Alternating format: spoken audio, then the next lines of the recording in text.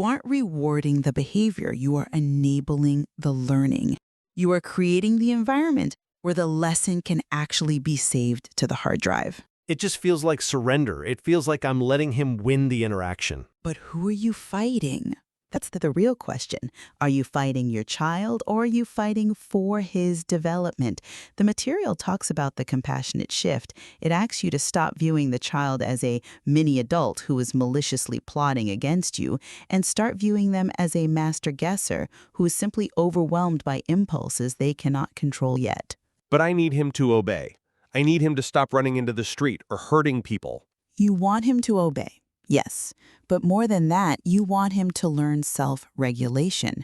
Fear-based tactics, yelling, spanking, taking things away, create compliance, sure, but it is compliance coupled with anxiety.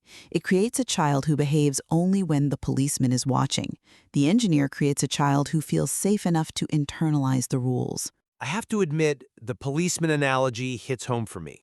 I remember being a kid, I didn't stop doing things because I understood why they were wrong. I stopped because I didn't want my dad to get the belt.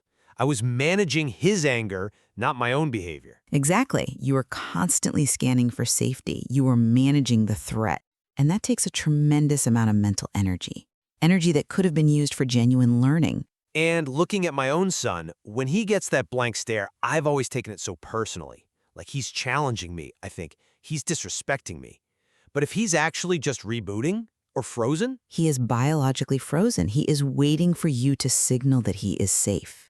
He is looking at the giant mammal in the room, which is you, and waiting to see if he is going to be eaten or protected. And I'm standing there signaling that he's in danger. I'm roaring. Correct.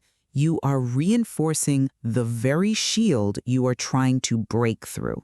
You are banging on a locked door while holding the key in your pocket. That's heavy. It completely changes the job description, doesn't it? Fundamentally, you are not a dictator enforcing a penal code. You are an engineer managing brain states. Your primary job for a child under 5 is to keep the filing cabinet open. So let's wrap this up. I'm having what Coach Bruce apparently calls a neurological surrender here. If the anatomy doesn't support the punishment, then the punishment is just cruelty. I can't argue with the hardware limitations. If the bridge isn't built, the truck doesn't cross. You really cannot win an argument against biology. So for the parents out there listening who, like me, are realizing they've been shouting at a locked door, what is the summary? What is the compassionate shift in daily practice? Give me the checklist. It is a 3-step protocol for the master engineer. 1. Respect the under 5 law. No removal of currency. No timeouts that rely on a clock they can't read. Stop trying to make them pay for their mistakes.